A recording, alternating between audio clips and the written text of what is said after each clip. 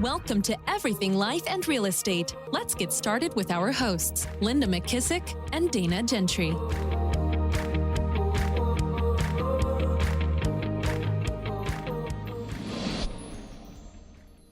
Hi, everyone. Welcome to Everything Life and Real Estate. I'm Linda McKissick.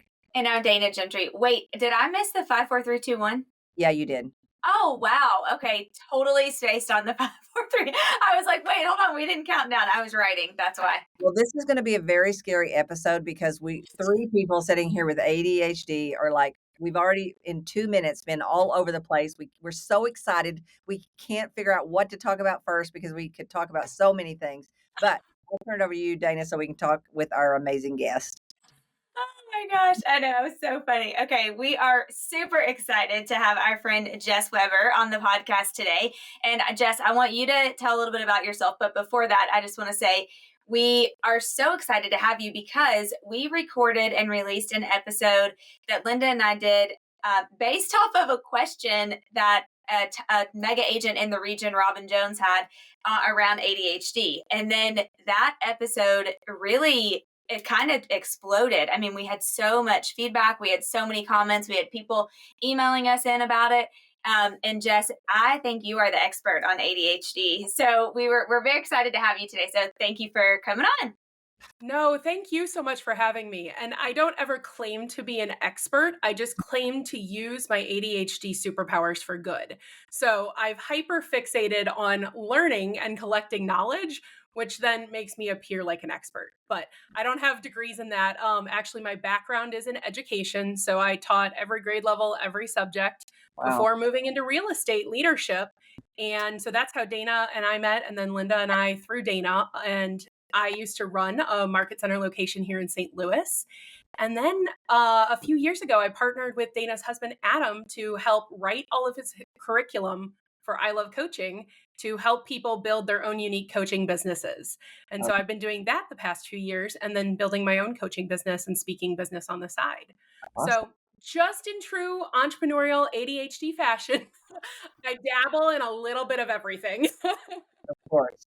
It's our greatest superpower and our biggest weakness. It is. 100%. It totally is. Yeah. And I would say every listener feels the same exact way. They can totally relate with that because you want to do so many things and also keeps you from doing some of the things.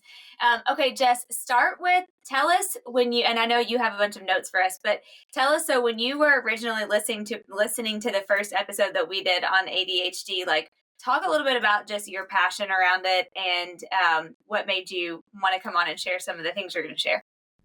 Yeah. So like I said, my superpower is collecting knowledge. I tell people that I was put on this earth to help others connect with the knowledge, tools, and resources they need to live their most purposeful life. And a lot of that comes from, those career transitions. And then I have a kiddo with a heart condition. So he's had 6 heart surgeries and he's 4 years old. And this whole concept of creating a life by design and all of that. And I know that so many of your listeners, so many entrepreneurs struggle with having this big vision, this big idea, this big thing they truly want to do, but the dopamine wears off, the novelty wears off, things get hard and they get overwhelmed and they get frustrated. And so what I've learned is how to work with your brain, work with your energy levels, and work with the technology or tools or resources that you have to help people really structure their goals and the path to achieving them. And so that's why I was so excited about you guys doing this episode, because I was like, oh my gosh, you're talking about paper or structure or all these things. And I was like, I got a trick or a tip for every single one of those. Yay. I'm so excited. Now, Linda, I knew that this is going to be like Linda's favorite episode of all time. Okay. So Jess, how do we do that? Like, how do we harness the superpower of that? Just go. Give us some things. Well, here's the thing is I think you have to know what your superpower is or know what your passion zone is, and then understand and be okay with that is a thing. And there might be something that you're not great at. Right. And so for me, I jokingly tell Adam all the time, I dragon hoard knowledge. Like all the books behind me, the only reason I have books on my bookshelf is because they are signed by the authors. Everything else is on a Kindle. And I have thousands of books because I read a book a day.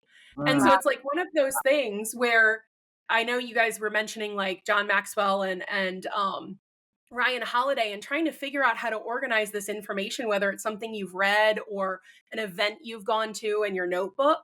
And it's things like that where I know that knowledge is a tool of mine. And so I figured out how to use it and leverage it. And so whatever your superpower is, that's where you need to spend time getting organized first.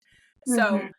I, as an ADHD fast talker, fast thinker, leverage digital tools a lot because of Okay. the fact that I find that I always have my phone with me. I always have a tablet or a computer or something like that. You can't see it, but there's an entire shelf behind me full of empty notebooks because I started them. I wrote on the first page at an event or something like that. And then I lost the notebook. So then I had to go buy a new one. And and then I'd find the old one and I'd put it on the shelf so I wouldn't lose it, but then I'd move on to the next one and things like that. And God. so We have no clue what you're talking about. Linda and I have never done that ever in our life. Finally just got a box and threw them all in them so I could stop looking at all of them.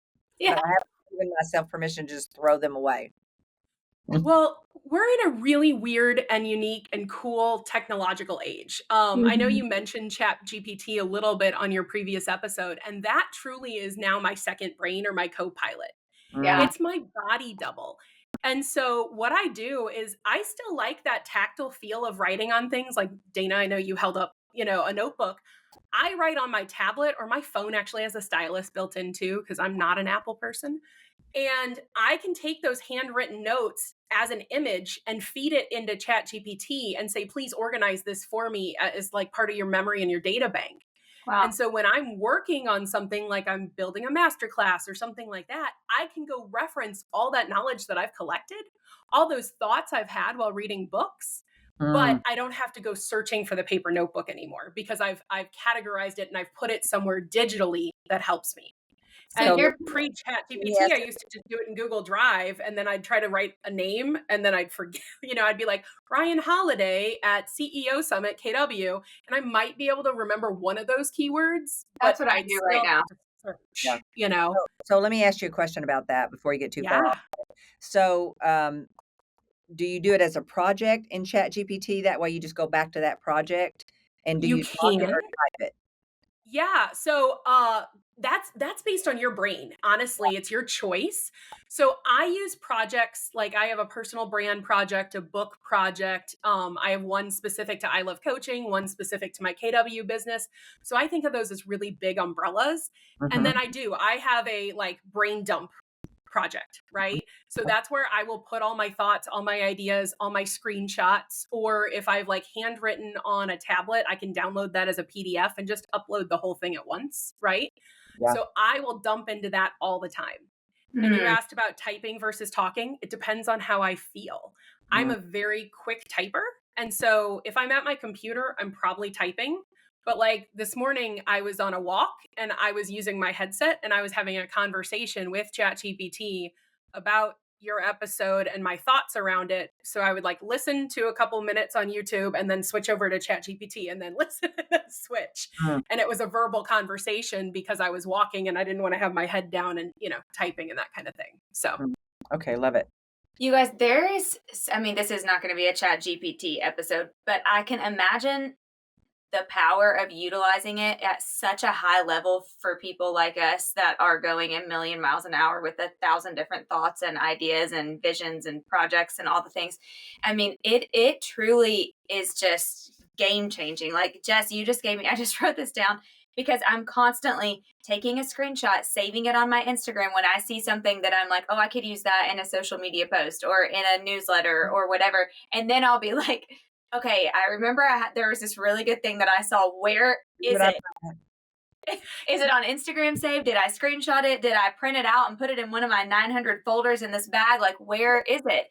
But why am I not just making a project on Chat GPT of like future ideas or whatever, like content ideas, and just dumping it in there every single time? Exactly. And ChatGPT is just one digital tool. Like I use a whole bunch of them. But again, the idea is that you're working with your brain, not against it. The biggest thing here that I'll remind you of is to slow down, to speed up. I know that's like like dirty language. It's foul language for an ADHD person. Yeah. And yet you can take the pause it takes to upload that screenshot, that link on Instagram, whatever, to ChatGPT, or save it to a document to then bulk do them later, right? But point being, if you slow down just a smidge, just a moment, it can exponentially increase your output and the speed with which you accomplish something. And I think that, to me, is one of those messages that nobody taught me. I had to like self-learn it. But then when I fell in love with all things Dr. Benjamin Hardy, which I know you and Linda, you and I were in the same 90-day transformation class, I think, with him. Yeah. I like could not stop. And then now his new book just came out yesterday, right? Instagram ads from him like crazy for that book. I'm getting so many Instagram ads for that. He's really blowing it up. Yeah. It's because he took that acronym from Robert Kiyosaki, focus, follow one course until successful, and he like went at it hard, right? Wow. And so he's got a framework, he's got a process. So he did one product, one service, one channel, and he's delivering it through group coaching. And so he's gone hard at something, and he will see the results because he's focused on that one thing. And I think it's a fascinating study for an entrepreneur, because we like novelty, right? You guys were talking about dopamine. And I think it was you, Dana, that asked, like, how do you know when your dopamine's low? And Linda was answering about, it's you kind of feel it. And that's true. So if you're avoiding a task or procrastinating, or you're overwhelmed by something, like I have to call a doctor, and I've avoided it for 3 weeks. And it's like 2-second phone call, but it's like, it's not something fun I want to do. When you recognize that you've got that, that inhibition is there, and you're like, I don't want to do this thing, that's usually low dopamine. Wow. And so that's where being able to slow down, recognize it, and then create an opportunity to help you speed up is huge. Yeah. Matter of fact, I just found out because I went over I had my gut results come in. So I was on the phone with my nutritionist going over there. You did? Oh, can we talk about that on the next one? I need to know all about that. Okay, we can. But the thing I was going to say is there's actually an assessment. She said my dopamine was low. And I said, I believe that because it's hot as heck outside. I'm not getting enough, cardio stuff in, which I would normally do. Yeah. So there is, even though if you don't know that you can feel it, I intuitively feel it because I'm so used to needing it and being a runner for years and having it and then not having it, that there's actually a test, I don't know if this was stool or blood or whatever, one of those crazy tests you have to do, but it was one of the tests, and it actually shows your dopamine level. Wow. Mm-hmm. Well, and you're exactly right, though. Most people, if they slow down for 5 seconds, they can feel it or recognize it. Yeah. And exercise is a huge way to do it, but there's a lot of people that do it in other ways that maybe aren't as healthy, like binge eating or impulse buying or things like that. And because they go to an extreme. So they go to an extreme She was talking low. to both of us for both of those things. Extreme lows and then extreme highs, but then it wears off and then you go back to the extreme low. And so a big strategy for ADHD humans is to create micro wins or micro rewards that help you kind of slowly get yourself back on track. So it, the calling the doctor thing, it might be, okay, I can only go get a piece of chocolate out of the kitchen that I've been craving for 3 days if I finish this phone call first. It's small. I'm not saying go get the bag of chocolate. It's one piece, right? But you could literally set that piece next to your cell phone on the desk and be like, I get that when this is done, and create those small micro rewards. And you kind of build scaffolding, not super harsh structure. And I think that helps a lot of people there. Yes, for sure. It's almost like a little game, like you're creating it as a game. Well, that's why a lot of teen boys are diagnosed with ADHD first, is because they have that kind of like physical output of like hyperactive behavior and all of that kind of stuff. And you see it a lot with video games and needing that dopamine hit from the video game and all of that. And that's why so many females are not diagnosed, especially millennials, until they're adults. I just got my legitimate diagnosis last year, and that's only because I pursued it. And it was actually, you mentioned on your previous episode, KW having a community for ADHD agents. Tyler Elstrom is the founder Yeah. of that, and he's a mental health uh, individual turned real estate agent turned real estate coach that created this community that's now thousands of people. Yeah. And I blame him for everything. I tell him that to his face. But literally, I didn't know that I had ADHD. Never thought about it as a thing, never Wow. crossed my mind because I grew up with a hyperactive father and a hyperactive, inattentive brother. And Mm. Mm. those don't present in me. I was the gifted kid, I was the grade A student, all the things. But now being around a community of like people, I'm like, oh, wait, that looks familiar. Wait, that looks familiar. The impulse buying, the impulse eating, some of that kind of stuff is familiar. And so literally it was talking to Tyler that made me recognize enough triggers that made me go pursue my diagnosis. Mhm. Wow. So Wow. it's a fascinating thing, but community can make such a difference for you there too. Yeah. So, Jess, what have been some other things that you've been able, like, what are some other tips that we can give our listeners that could maybe make them harness this for a superpower and not see it as like a hindrance? Mm. I think one thing that you guys mentioned that I didn't feel like you spent enough time on your original episode was the success list versus a to-do list. Mm. Okay. To me, that is huge. And that correlates with all of my opinions on how to structure a calendar as well. Because too many times you'll go into a class or read a book that talks about time blocking and to-do lists, and it's a very structured clinical thing. And they're like, well, if you just follow it, you'll get it done and it'll be good and you'll get the results. And that's literally like the more rigid the structure, the more it feels like a cage. And Mhm. so that automatically makes an ADHD human react negatively or even like viscerally to it. Yeah. And so it's one of those things where you can create a level of structure. Like, for example, my calendar, I color code based on whether I have a meeting, whether I'm working on tasks, or I'm working on like learning, creation, studying, being coached, something like that, or working with clients. And by kind of organizing my calendar, I can say, okay, well, I've got this much time committed to people and I've got this much time to do deep work or to learn something or to build something. Let me go over to my to-do list and prioritize what's the 1 to 3 things that I can get time done in the time I have today, right? And I will define success by blank. It's not building a whole website. Maybe it's finishing 1 page. Maybe it's calling 5 people to invite them to my masterclass. Maybe it's, calling that doctor that I haven't done. Whatever it is that you need to do, define success for the day and pick the 1 to 3 things that fit in that block in your calendar. But I have a hard start stop time. My kiddo goes to school, my kiddo comes home from school. I don't work outside of those bookends of my day. Yeah. And so I block for energy, I don't block for tasks.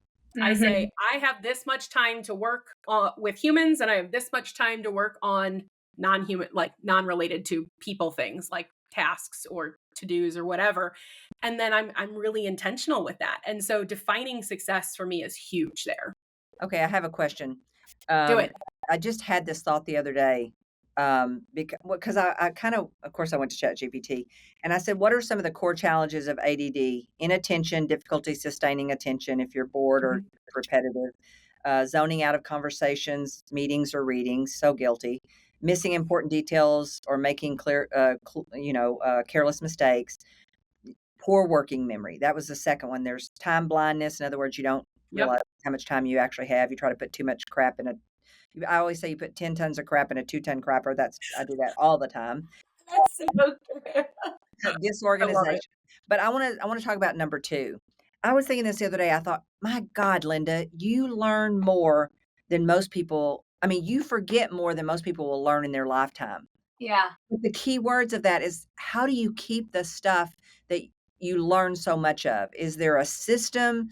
Do you have Mm. to immediately put it somewhere? I mean, I will have so much in my head or that I've learned, and then if I don't have a system for it, it's gone. Yeah. I Mhm. feel the same way. I understand and appreciate that. I do believe that that part of that is my true superpower. Like I was the quiet wallflower book nerd, if you can believe that, growing up. Like I didn't speak to other humans unless spoken to and required to respond. I just sat and read. Yeah. And so I quickly learned how to read quickly. So I actually don't read for retention. Like my husband, he will read a book once and memorize every word in order and basically like be able to recite it to you. But for every 10 pages he reads, I can easily read 200. So Mm. I can get a whole book done in the time he's reading one chapter. Mm-hmm. But we're reading for totally different reasons. Mm. I love knowledge, like I said, but I also don't believe that it's important to memorize details. So I was a history teacher and a math teacher to two totally different camps, right? But history, my kids loved me in the classroom because I wasn't making them memorize dates. Because I was like, I don't care if you know the date. I want you to understand the why behind it, the psychology behind it, and how that impacted other humans and how that impacts you. And so I think it's really helpful to use the tools we have, whether it's, dumping files into a Google Drive or into a Chat GPT or something like that, keeping your notebooks, keeping the books for reference, but retaining the big picture and being okay with letting go of some of the details. Yeah, I Now, think more of like if I think, oh, I want to use that next time I teach. I want to yeah, reference this or do whatever. And this is why I go back to that Ryan Holiday system with the sure. card, which I have bought all the things 3 times and have them sitting stacked around everywhere and done none of it. Yeah. Um, but I'm talking about like, let's say okay, I remember I always go back to John Maxwell's way he wrote a book, used to. He doesn't do it this way anymore, but he had file folders. It had Hmm. topics, which I can relate to because I'm a physical touch person. And he puts the subject, like say it's on, like right now he's writing a book on the one percenters. 100%. So I'm sure he has a place that he dumps anything. If he reads something, he'll tear a page out of a book to do it. Yeah. I So love I that. just always I think, hate that and I love that. yeah, I know it's like, oh, that's sacrilege. But Right. anyway, he puts them in the folders around the Hmm. top. So when he needs them, he just goes and grabs that folder. So I Yeah. think I'm trying to capture something similar so that let's say I'm going to do a book and Got it. I'm going to have a section on this and I want to remember this thought or this idea, Hmm. but it's so far gone from my brain by that time. Hmm.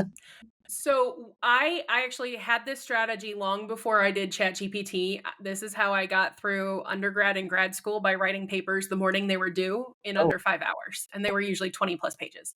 Um, I would take a Google document, a Word document, a note on your phone, whatever's easiest. Although I like Google because it's searchable, which is why I don't use native phone apps.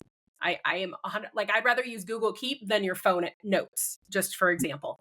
yeah. But what I would do is I would label the note or the document either by a topic or by the book, right? Mhm. And I would type my thoughts in as I'm reading. So I actually, like, for my research papers, usually what would happen is I'd have 5 to 10 reference books and I would sit the day before the paper was due and I would speed read them and be like, that's a good quote based on what I'm thinking about. And I would actually type out the quote with the page number and the author, like a citation, and just put it in that document.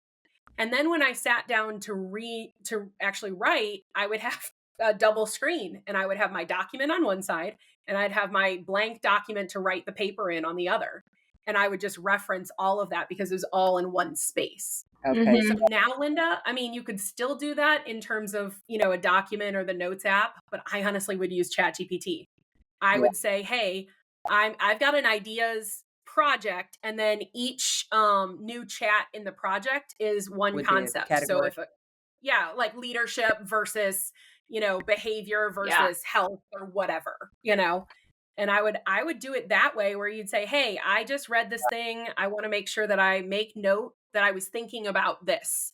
This statistic meant Yeah. something to me." And I would just dump it all in there because then you can reference it or ask it for an output of, "Hey, I'm now working on this book. I know I listened to this podcast 3 years ago on this thing and, help me remember the details of that." And it can do that for you. Yeah. Well, okay, Jess, that's actually good, Linda, because both of you, because I was thinking about this. I currently do that in my notes app. So like if I have, something that I'm working on or that I'm thinking about, then I put it in my notes app and then I'll like go in and just, if I hear something, make notes. Like, in fact, I didn't send this to you yet, Linda, but I heard the funniest thing from Dave Martin this week. He was talking about, it was a Zoom like around just creating your own economy, his book and money. And I was like, oh, Linda needs to add this to their wealth building thing. He said, money is a lot like manure. He said, when it sits in one pile, it starts to stink, but when it's spread around generously, like it can help other things grow and do big things. And I was like, oh, that's so good. Linda needs to add that in her wealth building talk. But like little things like that I would like want to remember. So like I have a money wealth building note. And so like I went in really fast and typed it in there. But to go back to what you said, Jess, that's like profanity to us, slow down to speed up. So much of the time, that's the problem. It's like, do we slow down enough to actually go type it into this note or put it into this file or, whatever? And the answer is no. So it's like, we have to slow down, or at least for me, I have to slow down. Or otherwise I'll wake up at 3:00 in the morning a month from now being like, what did he say about manure? I knew it was really good, but I can't remember what it was. Well, somebody, I forget who said it first, but I've heard the concept several times in several places. When you're hitting that pause button, like you found that quote, as an ADHD person, you really only have 3 choices. You do it immediately. So you put it in your calendar or you do the thing with it. Yeah. You delegate it to somebody else. I'm sorry, Heather. Yeah. Or you dump it and let it go. Yeah. Those are really the only options. So do it, delegate it, or dump it, because we're never going to remember it. We're never going to do something with it later. I cannot tell you how many people that are ADHD, like if I said, give me your phone, their screenshot folder in their photos is larger than any other folder in their phone because That's they me. screenshot things to remember them, but then they never go back to them and they never clean them out and they never do anything with them. That's me. Because it's that is that pause button, slow down to speed up. When you have something important or you feel like it's important, do it, go put it in GPT or whatever, delegate it, send it to Heather to put it in GPT for all I care, or your VA or whatever, or dump it and let it go and be okay knowing that you can't do everything or be everything to everybody. You know how much time we would save looking through our photos if we just immediately put everything that was actually a screenshot of an article into a shared. Yes. Yeah. I mean, I think I must secretly love hunting for things. I told someone the other day, I am so good at finding stuff. And it's not because I have that gift. It's because I've done it so many times. It's a way that you get dopamine. You play hide and seek and then you get the reward of finding it. Yep. Okay, Jess. So we only have just a couple more minutes. So any big things that you think could help our people, when our listeners and us, when we're in these ADHD mindsets? Yeah. Well, I know you had mentioned about like pausing and taking time when you're spiraling or you're feeling like you're behind. Yeah. Just remember that your brain is probably working at a 10x speed compared to everybody else's. So you're behind. The only comparison that you can do is to yourself. And there's no reason to feel like you're behind because you're setting unrealistic goals or expectations for yourself. And I have these moments almost every day that I feel like I'm trying to catch the wind and I'm behind. I can't catch it. You feel like, when did I even get done? Where did it go?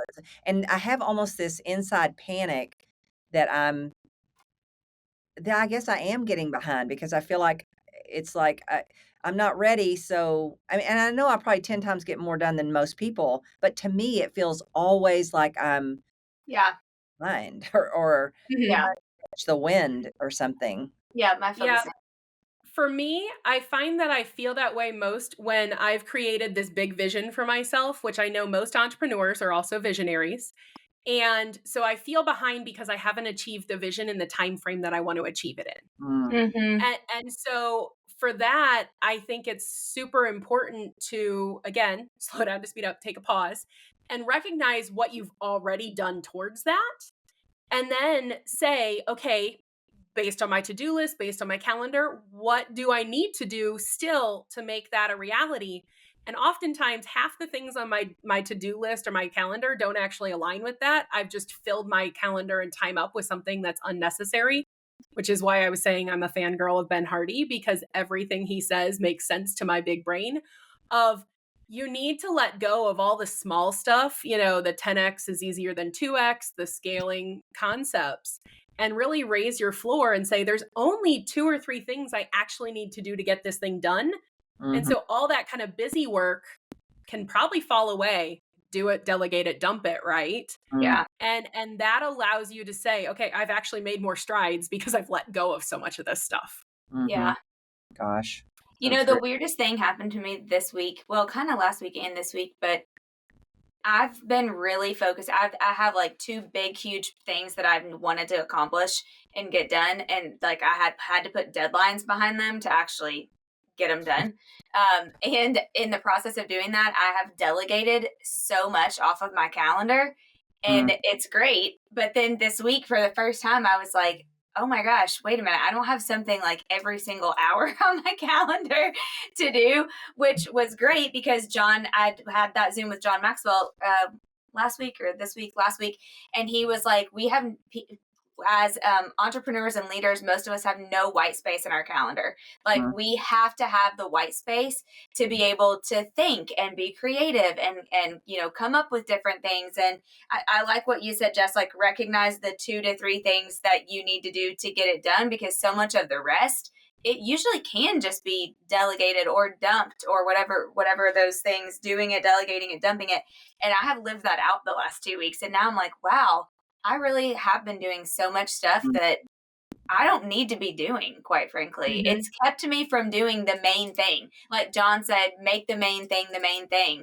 And I was like, but I have so many main things. But really, when I look at it, I really don't have that many main things. I have 2 or 3 main things that I need to make the main thing. And then everything else was making me feel like cuckoo a little bit. Yeah. Well, and I know we have to wrap up, but the big thing there that I heard from John Maxwell, and I've heard other places as well, that I think is impactful is when we're feeling like we're behind, we're probably comparing ourselves, like I said, either to a future self of ours or to somebody else. And we know comparison is the thief of joy. But in addition to that, you also have to sit there and say, am I comparing myself to them in a success space or in a significance space? And I think that's a huge factor for me, is focusing on significance, not success, because we know that the people who are only focused on success are going to burn out. They're going to get frustrated. They're going to be frustrated, so success is not the measure that we should feel or look at. We should look at significance. And the entrepreneurs that actually succeed in life are the ones that have a purpose bigger than themselves. They're out to change the world in some way. And so that becomes that lens that you can look through and say, are the 2 or 3 things that I'm doing today something that I'm focused on for significance? Or are those really something that I feel like are going to make me successful? And do I really need to do them? And so that whole lens has been a massive shift for me and for the entrepreneurs that I work with, when I'm like, hey, what is your big mission? What is your big purpose? Why are you doing this? Because honestly, all those things that you think are fires that you need to put out or things that you need to get done, they're just success metrics that don't actually matter. Yeah. Great. So good. Well, Jess, I know that you have created this masterclass, Take Back Your Time, where you give like specific tactics, like how to set up your calendar and how to do all these specific things. And our listeners are lucky enough that they have a coupon. You made a coupon for them. So tell us a little bit about your masterclass as we wrap up and how they can find it and what they'll learn from it. And who it's for. Yeah. So I would love to invite everybody to this masterclass. I'm hosting it at the end of the month, so August 27th in the afternoon, and it's on Zoom, so anybody can attend. Nice. And it's a 2-hour masterclass on taking back your time by understanding how your brain works, how your business operates, and then finding leverage through tools to make that happen. So I am known in the Keller Williams ecosystem as kind of a tech person, but tech isn't really my thing. It's just a tool. But during this masterclass, I'll give kind of the mindset and the behavior frameworks, and then show you how to tactically implement that through, Google Calendar, through tasks, through your email organization, through AI. So all those things that I kind of mentioned today, I'll go more in depth on. And so if anybody is interested in the masterclass, it's on my website, Jess Webber, SS, I tell people I'm full of BS if they can't remember. So jesswebber.com/masterclass, but it's right there. And then the coupon code for your listeners is the word life, LIFE. And we'll just Love make it super it. simple and easy. That's awesome. That's so good. Well, Jess, I could pick your brain all day long on tips and I could talk about it all day long. love it. I love it. Well, I just love, honestly, I love everything you said because Yeah. honestly, surviving as an ADHD person really is learning how to manage. Where is it a superpower and where do you need to bridge it with something else? So thank you for sharing all your great ideas and tips. So Today. good. So good, Jess. Yeah, and if you Thank have you so not hit much. the subscribe button, please go ahead and do that now. And the greatest compliment you can pay Dana and I is number one, pass this podcast along to anybody that you think would benefit from our conversations. And if you have a challenge, an opportunity, or a guest that you think would be good on our podcast, be sure and reach out to us at info@everything life and real estate. And don't forget to hit that subscribe button and give us a great review. So Dana, I'll see you next week. And Jess, nice talking to you again. Thank you, Jess.